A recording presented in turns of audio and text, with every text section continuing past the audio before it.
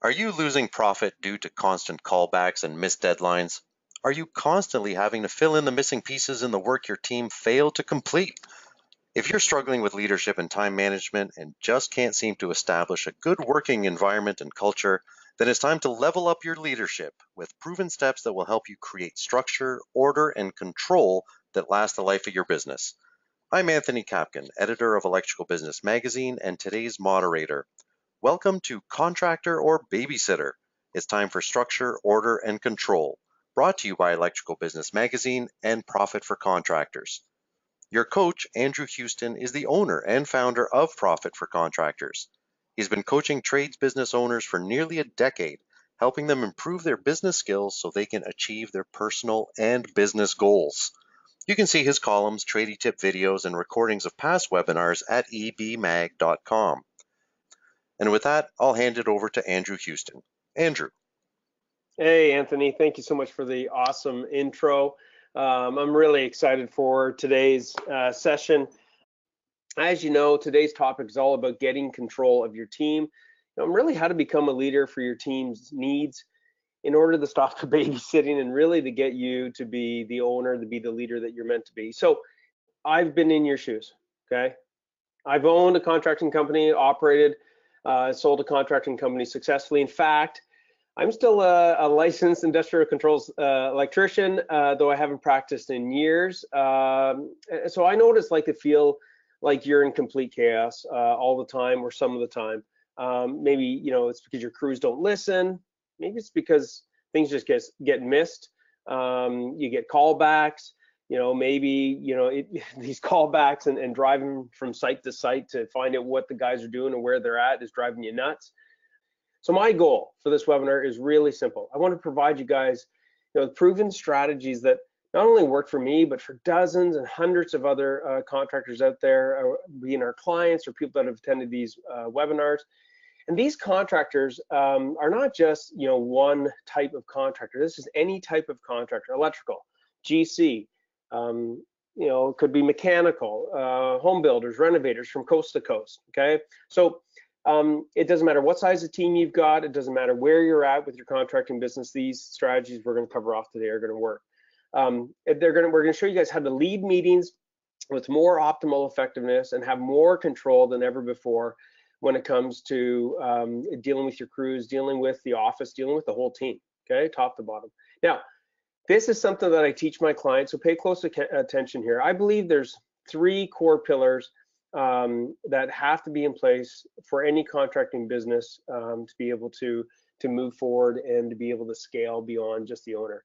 So today we're going to be honing in on secret number 1. We're going to be focusing in on one of the top strategies from dozens that we apply. And before we are finished up today, you're going to be able to take these insights, like I said, and apply them. You're going to be able to have the tool in your hand. So secret number 1 is really to delegate masterfully. Look, how to get back control of your time and your crews by putting you back into the driver's seat. And the other secrets that we don't have time to touch on today, but I'm just going to highlight for you guys, or we're going to skim on today so that you at least get some insight on, but we won't go deep on, is dominating your market. How to filter, really the tire kickers. You guys know who I'm talking about. How to only deal with the Class A clients, and have a system to quote profitably every single time. And you guys can understand that is super critical. Quoting profitably, getting rid of the tire kickers and the people that only want to deal with you for the lowest bid. We got to get rid of those people. Secret number 3, really it's the 3rd pillar out of these 3, is delivering profitably. How to stop the leaks in profit, but really knowing exactly how to not just run a job, but how to pre-start the job. Running jobs profitably, we'll touch on this a little bit later, it starts way before your feet hit the ground, okay? So there's, making sure we're profitable on the pre-start, on the run, and in the finish of the jobs for maximum profits. So let's get into this. So, when I'm looking at a contracting business, there's really a recipe for success. I call this the contractor's genius model. Now, right now, there's a lot coming at you, but we're going to walk through this really quickly, just from top all the way to bottom. So we're going focus deep today on delegation mastery and more specifically how to steal back your time. But this here, guys, once I walk it through this with you, you're going to understand that there's really a recipe.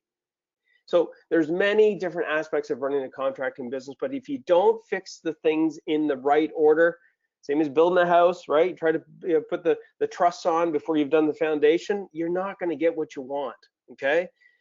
The very first place, and this is the area we're going to focus on today, is delegation mastery. Look, if you do not get control of your time, if you don't get control of your time, it's going to be impossible to get control of your team's time. So the very first place out of the 3 core strategies in delegation mastery in this recipe is the first place we got to touch on is creating a blueprint. That means we got to have a design of what it is that we want our business to look like before it's actually built. And you guys get how important a blueprint is. Yet how many times do contractors, when I talk to them and I say, hey man, so what's the plan? Like, what are you trying to build here? They just look at me like deer in the headlights. Or even worse case, we get over to here regarding their talent and their team has no idea where the heck they're taking the business outside of their daily tasks, okay? You need to have a blueprint, guys, for where your business is going. That's the very first place that you need to start. The next place you got to start when you know what you're trying to build is to be able to know where to focus your time, because your time as the owner and CEO is the most valuable time. And if you can't get control of your time, like I said, to build this blueprint, how in God's name is your team going to help you, especially if they don't even know what the heck it is that you're building? So delegation mastery is the very first thing that we've got to start getting control of, not mastering within a week or two, but start getting better control of. And we're going to start getting better control of that today. Next is dominating your market. Dominating your market is all about reach, right? As a fellow contractor, and a lot of people that do what I do, they don't really get the idiosyncrasies of what makes up a contractor. We've only got a certain reach because the type of work we do is hands-on and labor intensive, material, labor.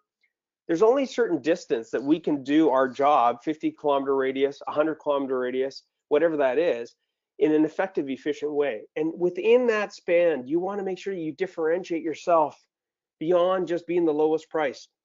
You want to make sure that the people that get attracted to your business from the moment, the moment the phone rings, to the moment you're thinking about going out there and dealing with them, that you're filtering out the ones that are the Class D deadbeats, Class C can't deal with. So you're only dealing with the Class A awesome clients, or worst case, Class Bs. Because there's no point in you focusing on quoting a job for people that are a waste of your time.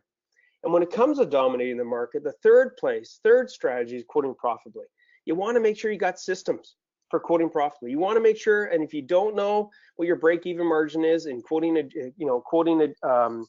projects for your type of business, you got to get that under control, okay? Because you could be quoting unprofitably every time and not even knowing it. So dominating the market is the second area. Delivering profitably is next. We've landed the work. We've spent the time to quote jobs and people that are worthy of us quoting jobs for.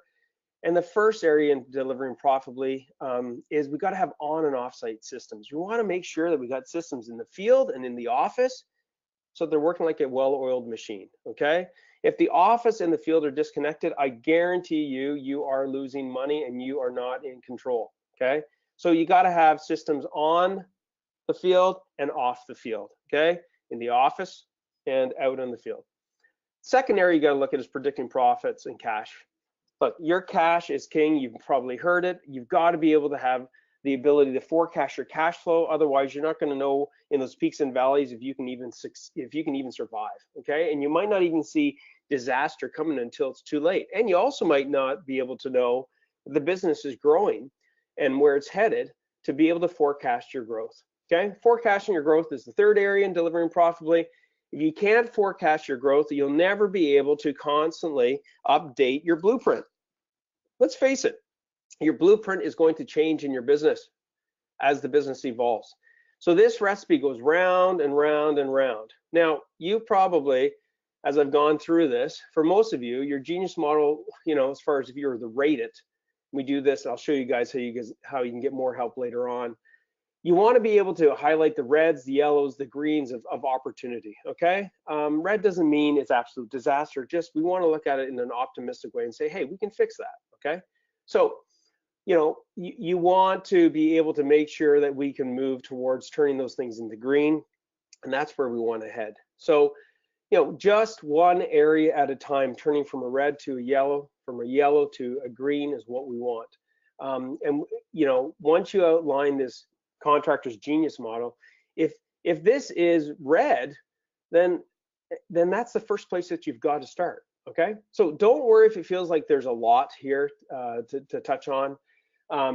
It's just turning one thing at a time, focusing on one thing at a time. So, having control of your team is heavily based upon, and stealing back your time is heavily based upon communication. Okay, team meetings are essential in terms of being on the same page and getting everybody's point of view in order to create systems that work for the company as a whole. But that's why today we're focusing on three things. We're focusing on communication, we're going to be focusing on leadership, we're going to be focusing on team meetings, but they all go hand in hand. One feeds the other. All right, so we're going to be discussing this Profit for Contractors tool right here, right now, the top 5 money-making meetings guide. Everybody should have gotten that in an email, or you should have gotten it in the handouts section on your panel. Here we go. All right, first off, one thing we have to remember as business owners and leaders is that if your meetings aren't making you money, then you're wasting your time, okay? If you're conducting meetings with no purpose, or if you're not clear on the outcome you want from a said meeting, then again, you're wasting time, energy, and money, okay? So what do I mean by that? Well, say for example that you throw all your team members into a room for a so-called meeting, and all you end up doing is arguing, repeating things over and over, talking over others, and ultimately, ending the meeting right where you started, or if not worse. That's not good. It's not a good use of your time. It's not good use of your team's time. And I can tell you right now, that will not last for long. Your team will not want to show up. They won't want to, and if they do, they won't be present, okay? So let's not forget the old adage, right? Time is money. So don't throw it away, okay? Leadership is about making others better as a result of your presence and making sure that the impact lasts in your absence, okay?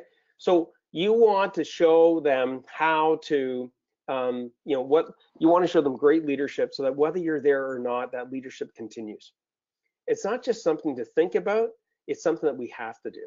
So the fears and frustrations, let's talk about the fears and frustrations of not getting this right, of not leading the necessary or proper team meetings, okay? One concern can be that we know our team is lost before the week even begins, right? If the team isn't communicating together and everybody's on the same page, we're lost before the week even starts. And the team lacks accountability and communication. Meetings are taking up way too much time. They go all over the place. So here's the alternative. Here's what happens if we get this right. We want everyone to be on the same page so things operate smoothly, whether we're there or not. Okay? We want everyone's, we want everyone playing the same game and all trying to win it together. And we want to set specific goals week on week so the team is held accountable, okay? Accountable, okay?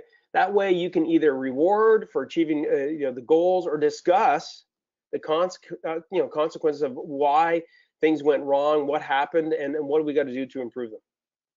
We want our meetings to be systemized, and I truly mean that. You're going to leave today seeing that you can systemize these meetings. Okay, hundreds of our clients have systemized their meetings, and it has a dramatic impact right from day one of following these structured meetings. Okay, we don't want it to take 2 hours. We don't want it to take an hour and a half. It should be no more than an hour to ideally, once you get this systemized, 30 minutes. We know we want such that the meetings can run, when they need to run, why they, we're clear on why they need to run, because they are important for the business. And we know that without them, the business is not going to function the way that it should. And finally, we need to provide leadership so our team needs in order to maximize their progress within our company. So those are some of the things, the wants and aspirations that I imagine all of you guys want to get out of having team meetings. Okay, so here's the top principles to know and learn. So here we go. It's 3 core principles. Principle number one is your leadership mindset on meetings. Principle number 2 is the ownership you take, of your calendar feeds the ownership of your team's calendar. The next principle that we got to look at is we got to focus on meetings that matter. So we're going to go deep into each one of these. Principle number one is obviously the first place to start, where your leadership mindset on meetings is key. So when we're looking at this, communication starts with you, okay? So, for you to build on principle number one, let's remember that communication doesn't start with, the rest of the team, doesn't start with your suppliers, it starts with you. You are the leader, okay? Any owners on this call or any managers with people underneath them, you are the leader. You have to communicate clearly and effectively, and you have to own it, okay? Your team isn't a bunch of mind readers. So we have to make sure that from a mindset perspective, it starts with you, okay? If you leave this call and we finger point other people and we don't step up to the plate, nothing's going to change. Or maybe it's just going to keep getting worse. Don't forget, when it says praise progress, don't forget that on the other end of the spectrum to praise progress, right? Make sure your team strives to be better. Show them that you care. If you're not passionate about these meetings, if you don't believe in these meetings, they're not going to believe in them, okay? You need to appreciate them. You need to listen to them. You need to hear them out. So we need to do what we got to do to keep our Class A team members, our team, the A team. We need to do whatever we can to maintain and grow the people that we've got, because I'll tell you what, it is tough to get good people out there. Now, there's a system to do it. We don't have time to get into that today, but you got to take care of the people that you got. You got to harness your talent. And it's easy to want to control your business down to every little aspect, but don't be a dictator, right? If you lead your team properly, they won't need to be babysat. And no one wants to work for someone that constantly says, hey man, you're wrong, or do it this way, or do it that way. I mean, people want to be led. They don't want to be micromanaged. And great leaders praise performance, which breeds performance. Okay, a little quote from me. So principle number two. So let's dig deeper. Focus on meetings that matter. Don't waste your team's time. But here's the key thing. You have to understand, everybody, your cash flow and your profits that are in your bank account follow your calendar. You got 52 weeks in the year to maximize the amount of money and profits and control you get out of every single week. If your calendar is filled with garbage, if you as the owner on this call are doing minimum wage jobs or jobs that are below your pay grade, you've got to change that. If your team is focusing in on doing 10%, 15%, 5% callbacks that you don't get paid for, and you keep doing more and more of that, your bottom line is going to show that. So your cash flow follows your calendar, and so does your profit. So the value of your time, where you put your time in the week, is absolutely crucial. So you want to do a bit of an audit after this call. You want to reflect back in the last week or so, even live on this call, and think about, hey, where did I spend my time in the last week or so? What have I been doing? If you can answer that clearly, you need to work on that. You need to know what it is that you're going to be doing week on week, and you need to be making sure that whatever is in your calendar, whatever is in this week, has got high dollar ticket activities. And these team meetings that I'm covering off today, and again, I'll stress it and repeat it again, you're not going to go and apply all these at once, but every single one of these meetings is worth thousands to tens of thousands of dollars for the amount of time per hour that you put into them. Mark my words, okay? Those are the types of things, now not just meetings, but you need to be making sure you as the owner are focusing on the highest value activities, whether that's building strategic alliances, whether that's putting systems in place to optimize the business so that those systems give back to the business, week and week and day and over, right? So that you're focusing on things that are increasing the bottom line, not just keeping busy. We can all be busy, okay? We all are busy. It's a matter of what the heck it is that we're focusing in on. So, when you're looking at your calendar, guys, you've got to make sure that your time and the activity, the value of the activity is equal to the outcome that you want week on week. So here's two great guys, Rick and Dave Rimke, clients of ours. When they were looking at improving their business, they couldn't understand. So I'm just going to give you guys this example of value of your time. They were putting in more and more time every single week. They were putting in, they were 50, 60, 70, then 80 hours a week, and it just went up and up and up. And putting in more time did not equate to a better bottom line. But when we had a quick little strategy session, and I got them to take a step back, to start looking at breaking down the different steps and different areas of their jobs, we found in a very short period of time massive holes in their bucket of profit. There was major miscommunication between the estimators, between the field guys. How it was estimated and how the job was being done was totally different. They weren't tracking, the guys, and there was, out of a big crew of guys, there was maybe a small handful of guys that were non-performers, but they didn't know it. But those non-performing individuals were a complete disaster to their company. Okay, it was costing them some of their top class A customers due to callbacks. So they weren't just losing customers, they were losing profits on their jobs. They never had anything systemized and broken down. And we figured on average they were basically leaking $10,000 a month in profits. So getting busier, putting in more time is not the focus. You got to make sure you're putting your time in on areas of your business like that genius model, and making sure you're plugging the holes in profit. And here's a little tip for you, write this down. And it's an obvious principle, but too many times we think about things in the wrong order. Don't look at new business first to make sure you're maximizing your profits. Plug the leaks in the jobs you guys have right now. You guys have, type in the chat box, how many of you have had jobs in the last 24 hours, or you're going to have jobs in the next 24 hours. Type in a Y if that's the case, or you've had work in the last week. I hope so. Otherwise, your business is probably not going in the right direction. So type in a Y if you've had any jobs go on in the last week or so. Absolutely. Jevin, Cecil, Lots, Chris, yeah, Rob, absolutely. Okay. You're either maximizing profits on those jobs or you're not.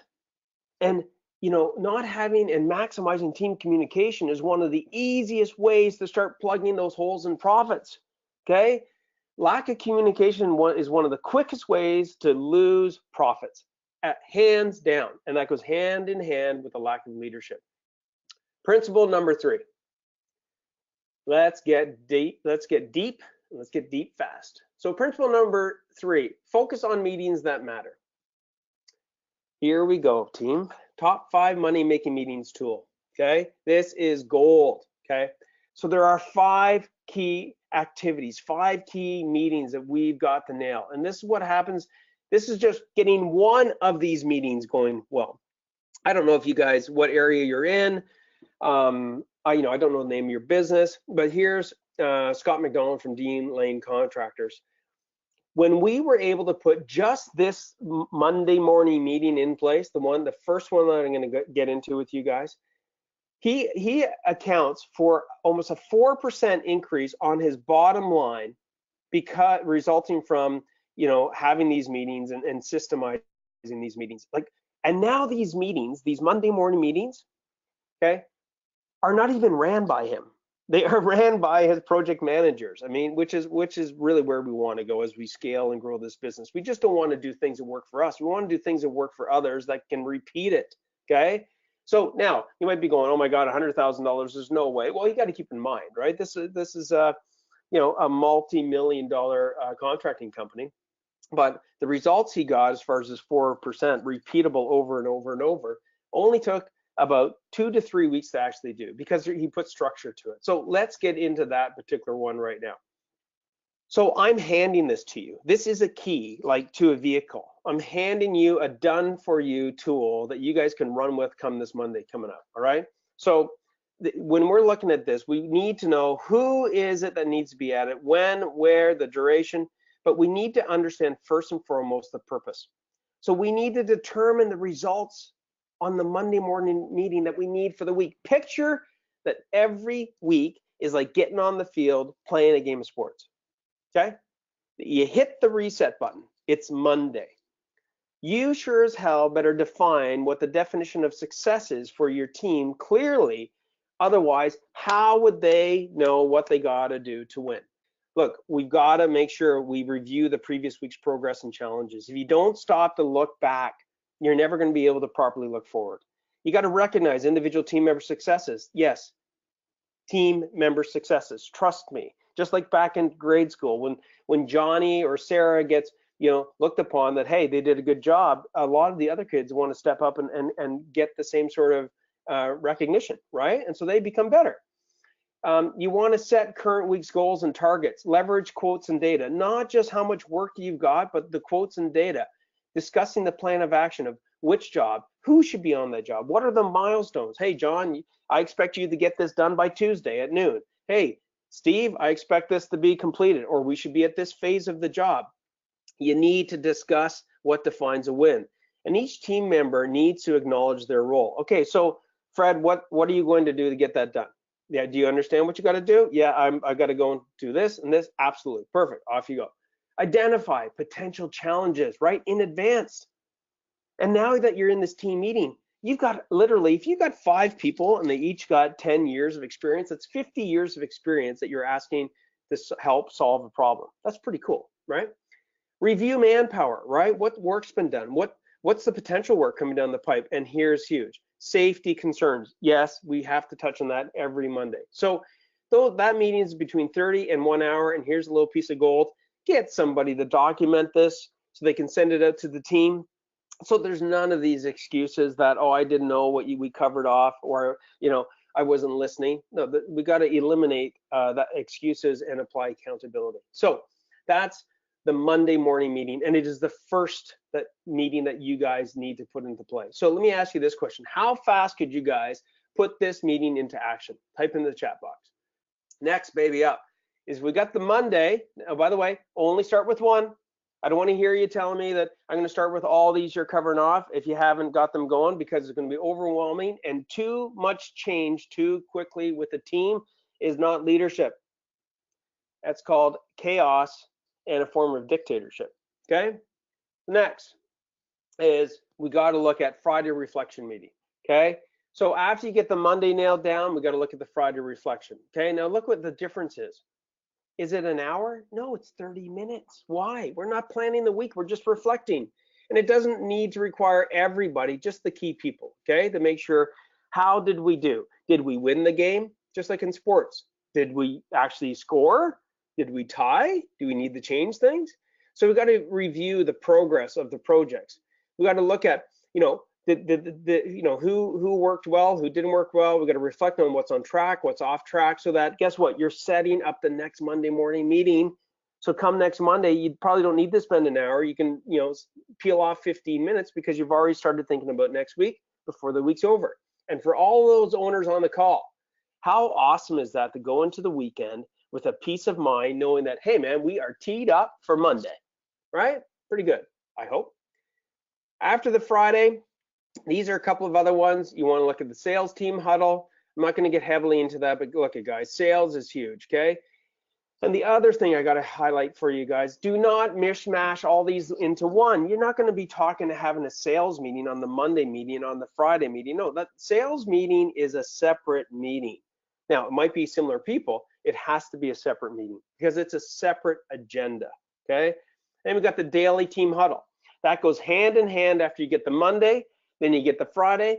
You got to have a daily team huddle. If you only want to make this a midweek huddle, that's cool, but look at 10 to 15 minutes every day instead of the guys standing around the bloody shop burning your money. I mean, come on. I mean, 10 to 15 minutes this could be worth its weight in gold, okay? Next, review financials. Financials, oh my gosh, overwhelmed, don't know how to read them, don't know what to do. I don't even look at them. I only look at them every time I sit down with my accountant once a year, okay? Big X-nay, okay, on that.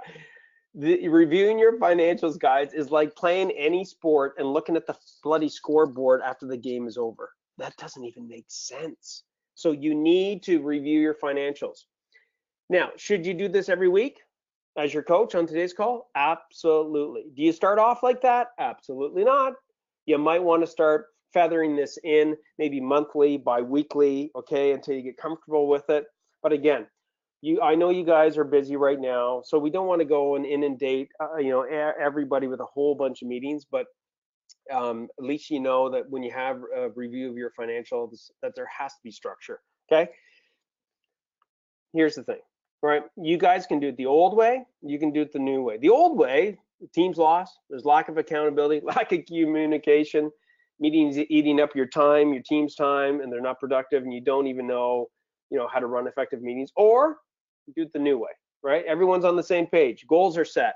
We're able to track the team and hold them accountable, not accountable 2, 3, 4 a month after they're supposed to be held accountable, but holding them accountable real time. Okay, that's key. You got to nip it real time. Okay, that's the other thing these meetings do. They don't allow things to get out of control. They force you to be proactive. The team knows what to do at all times, and they're up to date. Meetings are shorter and more effective, and we are better leaders. You're forced to be a better leader. Okay, so are you guys into doing it the old way or the new way? Just type it in the chat box. So great leaders don't set out to be a leader. They set out to make a difference. It's not about the role, it's about the goal. Okay, leaving this meeting with the right mindset and the goal is going to be key to what sort of progress that you guys make. That is it for me. Anthony, if you wanted to jump in, I think we're good to start wrapping things up. Okay, so with that, we should wrap it up. To our attendees, I hope you have some takeaways you can implement right away. Judging by the comments, I think we're going to start seeing the start of a whole bunch of Monday meetings. With that, thanks again for attending and have a profitable day.